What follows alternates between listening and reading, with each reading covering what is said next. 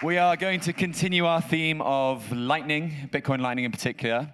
And yeah, we are jumping to the last panel. I believe this is the last panel of Plan B Forum 2025 in Lugano. And we've got some mega brains again. Got some absolute geniuses on the side stage here. So yeah, how are you guys feeling? Are you all right? Yeah? So? Okay, cool. We've also got Off-Grid Steve, our headliner for today, closing out the what's this stage called? P2P stage. I'm still with it, I promise. Okay, so we're going from Lightning Labs to Breez to Synonym. This panel is bringing together some of the engineers, some of the architects shaping how Lightning actually works, and some of the guys who are best at talking about it. That one's you, Odell. There he is. Cool. Fantastic. I'm not going to do any more talking. You guys have had enough of me. So let's just put our hands together. Welcome Lalo, welcome Roy, welcome Christian, welcome John Carvalho, and the one and only Odell to the stage. Take it away, guys.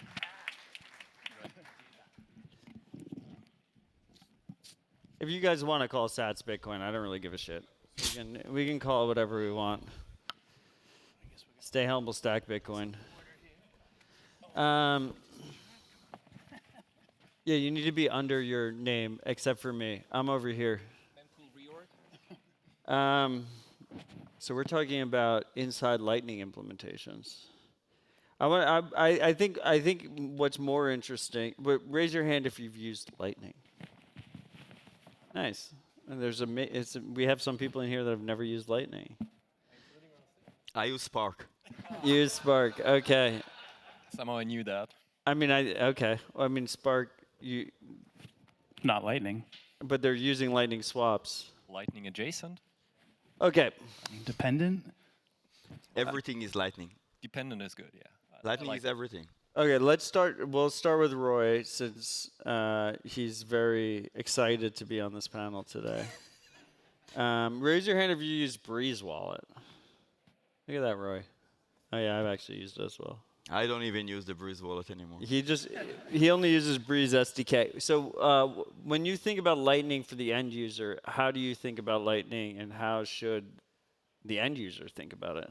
It shouldn't. They shouldn't. Like users don't need to know anything about Lightning. They need just to pay or send value using Bitcoin, and the underlying implementation isn't really something they should care about. Until they have to. Until they have to. I mean, it's our job to make it as seamless as possible, as censorship resistant as possible, as permissionless as possible, as easy to ease the experience as much as possible. But what users that use the internet know what TCP/IP is? No. So it's the same. It's an implementation detail. Some do. Some do. The geeks do. No. I think you're right. I mean, Nice. if the abstraction that we present to our end users is leaky, then that's on us, right? Then we could have done a better job at preventing them from needing that information in the first place. So I like to say that that people are free to choose whatever wallet they want. They just need to have all of the trade-offs. And it's up to us to come up with a combination of various systems that makes as good user experience as possible. I even hate the term wallet. Like 2 years ago, I went into one of my crusades against abolishing the term wallet, and I failed miserably. What should we call it? But wallet. Keychain?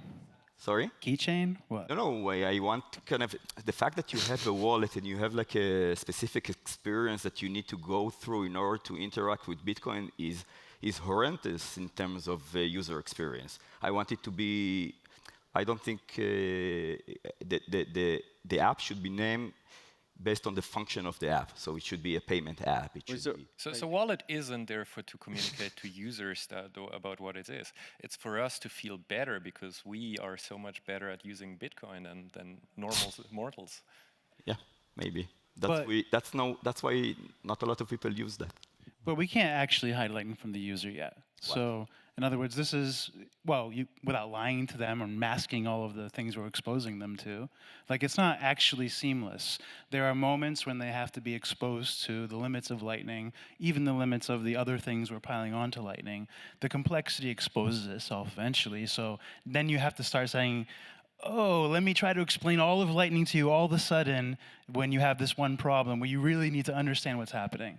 But how are you going to do that? You're not going to. You're just going to lie or hide it and just say error or you need more money. So, but John, how do you handle I it? wouldn't- How do you handle it with BitKit?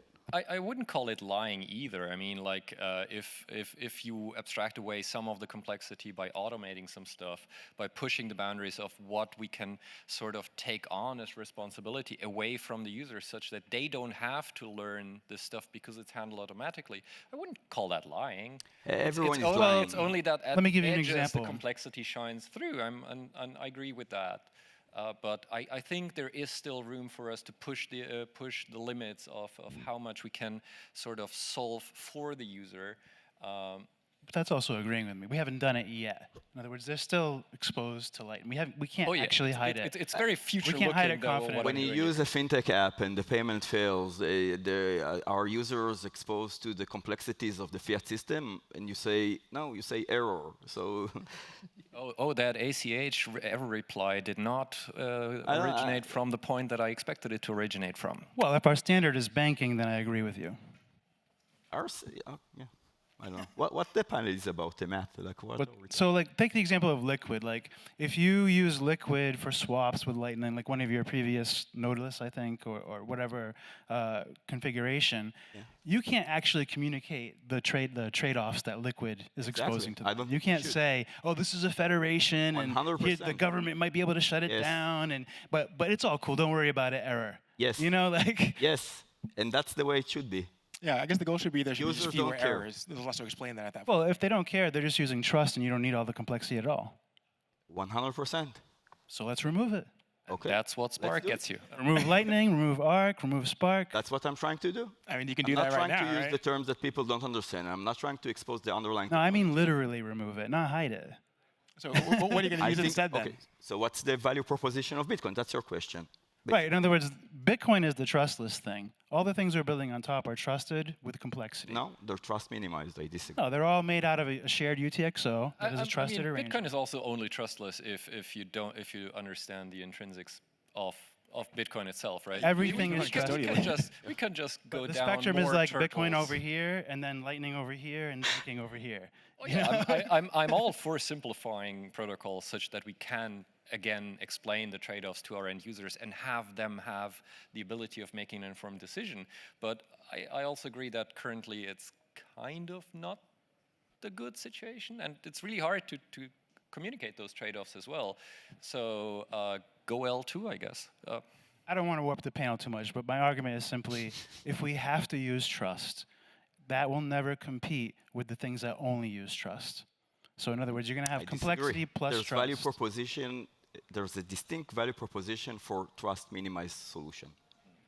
In terms of access. Okay, so let's be more explicit about it. The entire crypto game, and Bitcoin is part of the crypto game, is regulatory arbitrage. And trustless or trust minimized solution are part of this regulatory arbitrage game. And there's clear advantage and clear user experience benefit you can attain with having trust minimized solutions.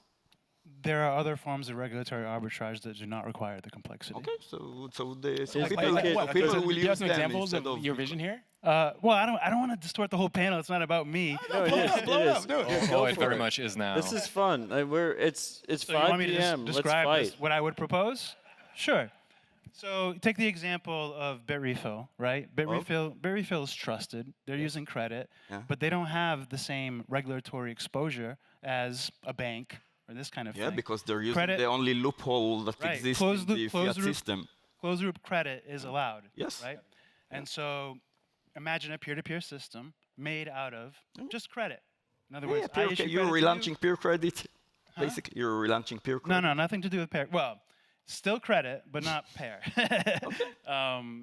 But the idea is basically that you can establish attribution to your peers based off of the route quality. And so when the route fails, you basically reroute to a higher scoring route. And you're just constantly scoring routes and scoring peers and to provide routing for coordination, much like you would do with like interbank settlement or any type of large international settlement. It's all trusted in the end. And what you're doing is you're narrowing it down, the selection of who you're doing the routing with, using a web of trust. So first you decide the peers that you're going to include in the set, and then you narrow it down by the quality of the route you're trying to reach. Or you can just ask the person for credit. And you just use this as a coordination layer for anything. Bitcoin on chain, Ethereum, bananas, Netflix subscriptions. It doesn't really matter. And So let's see are if you it aware will that Lightning succeed. today- So I'd very much like that It web works of like this trust that today, actually basically, works Lightning. and scales to that size, because every single one of the web of trust proposals that I've seen fell apart at some point. But I've never seen an actually attempt to deploy web of trust. I've seen people do, the closest thing was the Bitcoin OTC web of trust that people used to trade in the early days, but this was so niche on IRC with 200 people, and it just went away. The issue is that trust is hard to bootstrap, basically. That's why we want trust minimized systems, because trust is hard to bootstrap in the first place, right? Trust minimized systems, you can start with minimal trust and eventually bootstrap it over time, basically. But you as an entrant, you don't actually need to know anyone in the system at that point. You don't need identities. You don't need prior knowledge of them. That's why Bitcoin is beautiful, basically. That's why Lightning works. That's why it's decentralized. So you're arguing that first we should start with trust minimized and a lot of complexity in order to establish a trust. Well, I mean, I think you're getting too caught up in basically the complexity. I think it's more about sort of what it enables with the individuals to offer, basically, the user experience we build on top of that, and sort of actually the distribution there, basically. The web of trust stuff, that sounds complex as well. How do I know the individual? What's the difference between medium trust versus high trust? How do I negate them? System. Yeah, reputation systems. Well, but the difference is the user is subsystems. the one in control of that system. The user gets to decide how they apply the trust. But how do I know who? You're going. Well, the That's problem why we isn't- Bitcoin. the problem Because I don't isn't know going who to away. shifting trust. the decisions do I onto the know- user now? How do I know which Spark Federation to choose? How do I know which mint to choose? This is the How do I Lightning know which implementation sidechain panel, to choose? right? That's why we need to tell a story. Basically, Bitcoin isn't a technology. Bitcoin is a brand. We're using the Bitcoin brand in order to implement this trust minimized solution, and it works. And launch your But it's just thing, and let's see trusted. who wins. And then also it doesn't even scale in the end. So it's It does. and- It does how scale. does it scale? It does scale. I mean, What why is are we Bitcoin? talking For you, about? Bitcoin is UTXO?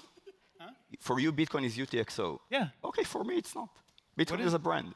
So, it's either Bitcoin or it's not. so why aren't you both implementing your things, and we use Lightning to interoperate, and we'll all be happy? Sounds good to me. So I mean, there is That's what we're doing, by the way. no, eCash. none of these There- things there- can there's stop one of the the other thing from solution that happening. is- there is very little value in discussing these things in a vacuum. Let's actually implement them and try them out and see I what agree. survives. Well, but, no. Let's You- let's also give users all of the information to make an informed decision about which system they should actually be using for their requirements. Yeah, When we're are we not going to make an hiding. informed decision about We're what to not build? hiding And- information, but we're not exposing the information in the user interface like many Bitcoin solutions do. When are we going to use good information to choose what to build, where to have our priorities? The There's only developer- so much speculative should investment decide on that the can be best tool for the distributed job. into creating So systems. my point wasn't that to imply that some people are hiding that information, but I was sort of trying to get to the point that we're really bad at talking about the objective trade-offs that people are faced when choosing one system over the other, and we should just get better at communicating these trade-offs, right? No. We are oftentimes too much in a marketing mode rather than being approachable by users who may be interested in these details. No, we're suck at marketing. We're bad about going to mainstream users. We don't need to expose the complexities. We don't need to complex. If users want to have If access user to want, those, they to can those ask complexities, ChatGPT whatever they want. We don't need to do that in the product, or in in conference. We don't need Bitcoin conferences. It just seems like your Thank you goal for is... Everyone attending. go home now. So we're done. I don't need ChatGPT to have hallucinated protocols being presented to me. Okay. There's plenty of people doing that already. Sergey that presented, that did a session an hour ago, he always say, we don't do VPN conferences. So why do we do Bitcoin conferences? Bitcoin should be a utility. People should use Bitcoin without education. Orange pilling stops working. So let's focus on building. Let's focus on providing utility. Let's focus on manifesting the value proposition of Bitcoin instead of talking about, whatever technical. But that's I'm trying to do that too, right? Okay, so and so great. I'm not trying to say kill Bitcoin, forget about Gitcoin, let's go home, it's all over. Yeah. I'm just trying to say if we're going to choose, we have to choose how we are going to spend our time doing research, implementing things, creating products. And that means we have to do some kind of modeling of how things might play out in the future. No, I hate that. other approach. How do you choose then? I take incremental steps. I think perfection is the enemy of progress. And I think we need to take small incremental steps in interfacing with reality and improve over time. I'm against kind of. So you only want data-based So decision. I actually have to agree with Roy here because I definitely, someone. I definitely am not a visionary as such, and and I'm not really good with sort of projecting 10 years ahead. I sort of believe that we are oftentimes projecting past the context where our assumptions are valid, and so going for incremental steps while sort of still having a North Star of better use and access to Bitcoin, that is probably the way to go. We should be forward-looking, but looking at our next steps, not at the sort of last mile we're going to cross in 5 years. Amen. That's always hard because extrapolating that far into the future is almost impossible, and I In at any least never case, in 5 succeed. years, we're all Maybe gonna somebody else is be better than I. You AI, do have to at least apply your protocol to how it would express in reality. Whether it's the future or at all or ever, you have to say, oh, what happens if the blocks are full and people can't afford to enforce their channel? What happens if we have so many things that are dependent on Lightning as a rail that like, will they express, will they be a cascade if somebody has to go for an exit all of a sudden? What happens when the price continually goes up and creates the balance that is that amount is now trusted in these layers? There's so many things that you know are true, and so you have to try to say, what will happen when I put this in people's hands? And there is no contradiction in any of this, right? Because you are actually talking still about regions where the assumptions and basis on which we base our computations on and our extrapolations on are still valid. I'm saying that there is a boundary beyond which we just cannot see. There is a veil hiding the future. We're all predicting the future all the time. It's just the further we go, the more we're being an idiot. And so I'm not saying predict the future into 10 years. I'm saying predict the future in the failure modes. Say what will happen when things don't go the way they so want challenge them Bitcoin, please, to. John. Like, what's your problem with the trust minimized solutions that we're presenting? With which one? With whatever, I don't care. I mean, I've been saying that the whole time, so give me a little more detail. No, give me something that I guess Lightning, that's the panel, the implementation wise, and go after that. No, I'm asking, I don't understand the specificity of your question. Like, why a credit-based system like you proposed is better than doing a trust minimized solution like we're implementing as a community, I mean. I still don't understand, I'm sorry. You're saying, why is what you're proposing as far as like this credit web of trust better than actually trying to make something a little more trust minimized? It's too fast. Sorry, three strikes you're out. When do you think BitKit's going to support America, and why did you make that decision?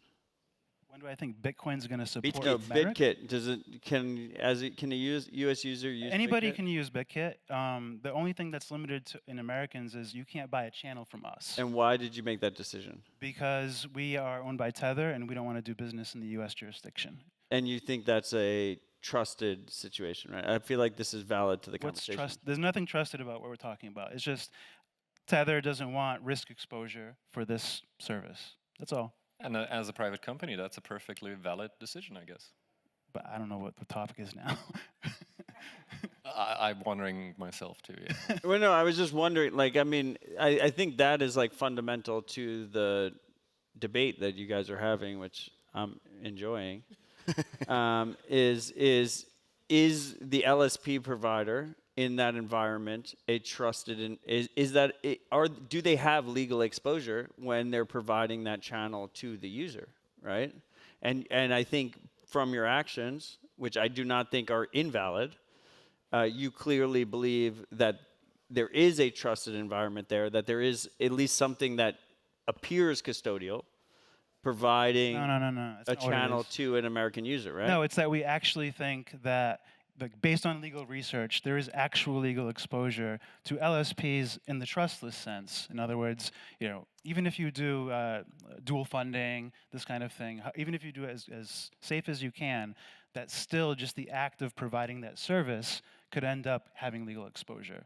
Because, for example, in Europe, we have limitations when we sell Lightning channels where you can't buy more than $1,000 of liquidity of a channel from us because it provides us legal exposure to, what's the new thing? Not Mika, but VASPs, and basically you have to have a license. And so I don't want to have compliance be part of what we do as a company. It's my decision, not Tether's. They let us get licenses if we want to do that, but that's not the kind of business I want to run, right? And so I don't want to work for the government. And so we limit our limits are just based on how we can run without having to work for the government.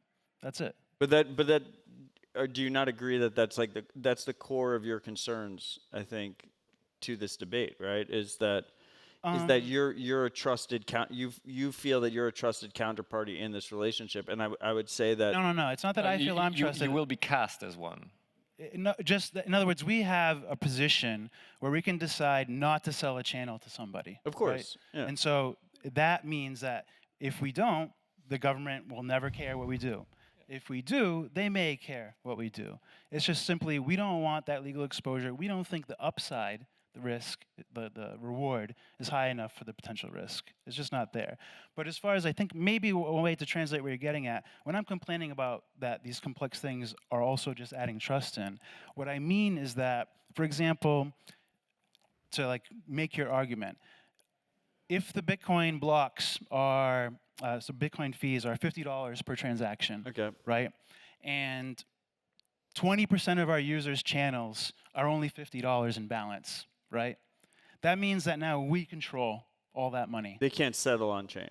Right. It should be a waste of money, right? And we can just close that channel and take that money if we want to. So they have to trust us not to do that, right? And so that means that we could become legally exposed as trusted entities if Bitcoin stayed in a state where the fees were high. And now imagine the blocks get full, and now the fees are just even worse. People are going to wait forever. They say $100 a transaction. It stays that way for a month.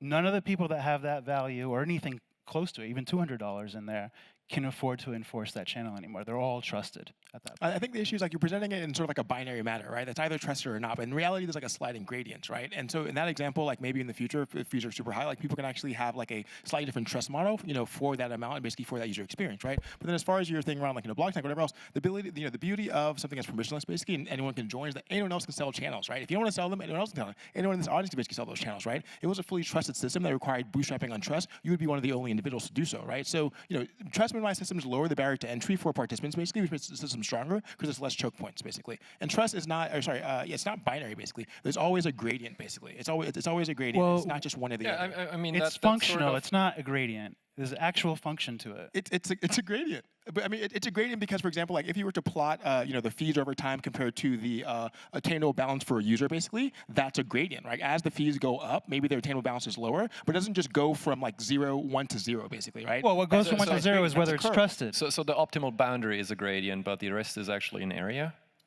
You can always get a worse trade-off than on that gradient. So Sure. You can pick either end, but I think you're just framing it as sort of like, because in the future possibly fees are going to be high in a particular instance, it's a trusted system today, but that's not the case. So we usually see the discussion from the other side, right, about custody and how users are so bad and evil and choose custodial solutions. And I always say that that's actually failure on us. Picking up the argument of before. They chose that trade-off because not because they don't like not having to trust somebody, but because in their daily life, having a little bit of trust is just better than having to sort of read that 1,000-page tome that we expect them to read because only then they are true Bitcoiners, right? I think that's sort of the other side of the coin is that we should be working on improving these trade-offs and improving that gradient that we were talking about, and people should be free to. People are actually free, right? We can get upset all we want about somebody's choices of wallet. Oh, that's insecure, but why did they choose it? Because it actually worked for their use cases. My concern is that doesn't seem to be the direction we're going in. Well, the direction we're going in is Lightning as Rails with all of these things connected to it, which is, like I mentioned how you can't explain the liquid trade-offs to people, but now you have, how do you explain all the trade-offs to all the people? Because any of those things could cause the situation to change, and we don't even know how it will express. And so it's just like, how do you say, oh, what we actually got you into is the situation where everybody's using this system too for other things, and we don't know what's going to happen when you want to use it. And But your flavor of it is not, You is don't- this you don't need flavor to is not explain that that. flavor. It's Like every web exactly- server has to explain to the that's Bitcoin. users that they're running on AWS. Basically, AWS went down a few days ago, right? It just said not available. It didn't say, oh, well, there was a DNS issue in the propagation availability zone US East 1. They didn't say any of that, right? So I think so in that sense, like the products will basically abstract over the underlying platform to the degree that they can, and they don't have to explain everything below it, basically. Right, all That's I'm for the saying, power you users. can't. It's not responsible to abstract it when they're not informed about what the actual failure modes. In other words, what you actually expose them to in People reality. use the internet every day and don't understand any of the failure modes around DNS. Right, but we're TCP. trying to achieve trustlessness, not trust, right? No, there's Through no these trustlessness. systems. It doesn't exist. You have trust minimum. Trust minimized. I mean, But either Bitcoin- way. Do you explain to users that use on-chain Bitcoin? Do you explain to them how the chain works and that they? I don't sell Bitcoin to users. Oh, okay. like a non. That's not how software I think should be developed. That's not how products should be developed. We need to interact with the market. It's okay to take risks. And But why aren't we making the problem like, how do you choose which I mint? choose. How do you I choose which for spark? them. I choose for them. As a developer, my responsibility is to choose the best solution that I think is suitable for my users. Users don't care. No, I think as a developer, my job is to offer an option and have the user make the decision themselves. I want to choose. I want to be a benevolent dictator. Yeah, the difference is like, you know, I- Roy's packaging. He's packaging can the see you in solutions, that, right? yes. So that's the difference. But in the end, they could enter a trusted mode, and they need to know that. The world is trust. There's no trustless. It's just a Well, but this isn't philosophy. We're talking about competing different designs. competing. So I'm choosing always, like I tell you, my mode of operation. I always choose the best tool for the job. I came from full. Subjective. Yes, of course, everything is subjective. So it's back to philosophy. But we started from a Breez wallet that ran a full node on the mobile device. Then we moved to a Greenlight model where the node was in the cloud and the keys on the device. Then we switched to a Liquid model that actually abstract Liquid and gives a Lightning interface on top of Liquid. Now we're doing Spark. We'll do Arcade. We'll have a variety of choices, and there will be multiple application with different trade-offs, and users will use Lightning and they'll be happy If you're so good at choosing the best thing, why do you keep changing? because I'm choosing the best tool for the job, and technology changes. The best tool is constantly changing, Yes. and so we should never support anything. No, we always support the best tool. Well, at do any you given do you moment. support Breez Wallet anymore? I do you- because I have thousands of users that don't want to leave it. So what can I do? So I like that proposal of continuous improvement. It gives me a lot of work for infinity. Yeah, we have jobs. It's not very No efficient. job hunting it's not for us. really sustainable. It's not very efficient. That's how software works. That's how technology works. So Like, in it your is- life, it's not if it's the least efficient way of producing something. I'm trying to talk about real direct design trade-offs, and the responses tend to be expanding the context. Yes, because we want to get geeky on the technical discussion, and you want to entertain the public. I don't want to entertain anybody at all. I want to I inform want to them. entertain myself. Like I find this, like you're presenting something very theoretical, very abstract. When you deliver a product to market, let's have a technical debate. I don't need to have a conversation about my product. I can just criticize the actual design of the choices that Okay, we're so making. you want to talk about something concretely, choose a topic, a technical topic, and let's discuss. I already did. I tried mentioning how the elevating fees excludes people and makes it I think trusted. that's and- bullshit. I think- But it's true. It's not bullshit. It's objective. It's No, not subjective. No, okay, so let's. I think it's It's like subjective. literally true. People- Like there's people nothing. can- people, no, it's John. Sorry, but If I have $5 in a channel and the fee is $5, it's not trusted. so what? Oh, so I'm right. It is trusted.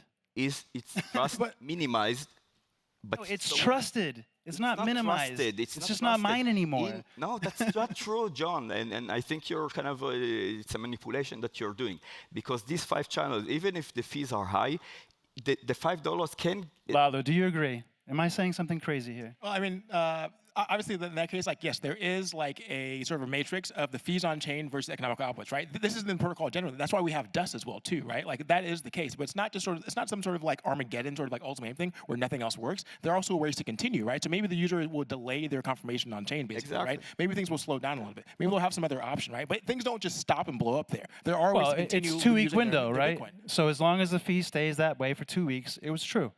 Right? No. The longer it stays that way, But who the will more close true the it channel, is. John, in your But I mean, that's the exact reason why we are continuously expanding the scope of these projects. Is exactly because we see all of these issues. None of the and we projects can try- change this. We try to address them. But John, Every single do layer our of best construction to starts with a trusted multi-sig, and all of them have some form of window where you have to self-enforce and be able to do it alone. can we go back to your use case of $5 fee spike? Okay, I have $5 on my Lightning channel, fee spike, I can close the channel. So what? I can use Lightning. Who will close the channel in that situation? No one. The person who wants to steal from you, your counterparty. The government, when they come and say, hey, all of these people are trusted, so now you have to KYC. Oh, there's a spooky But guy. the thing is, like, That's not a technical argument. That's a. It's real. It's a realistic argument.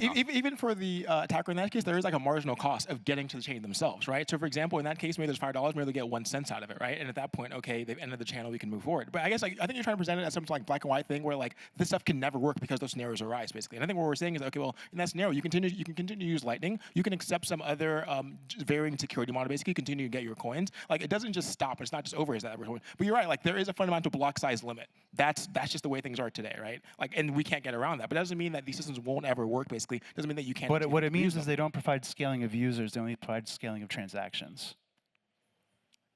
Depends on your definitions. There are ways to make other systems, like he's saying, will continue to evolve. Literally waving his hands. Yeah, you're waving your hands too over here. Right? I mean, like, I don't know. You're not necessarily saying that, yes, you're saying things that we know, but like that doesn't necessarily mean that like this stuff can never work. That doesn't mean that like you can't actually move forward. Doesn't mean you can't have additional iterations. Doesn't mean that you can actually have different trust gradients that users will opt into, basically. Otherwise, yes, you can do your web of trust thing. People trust John, basically, and they give you the money. You can make your own bank. Good luck with that. It's like I can trust David Marcus and Spark Design and Lightning, or I can trust like my mom.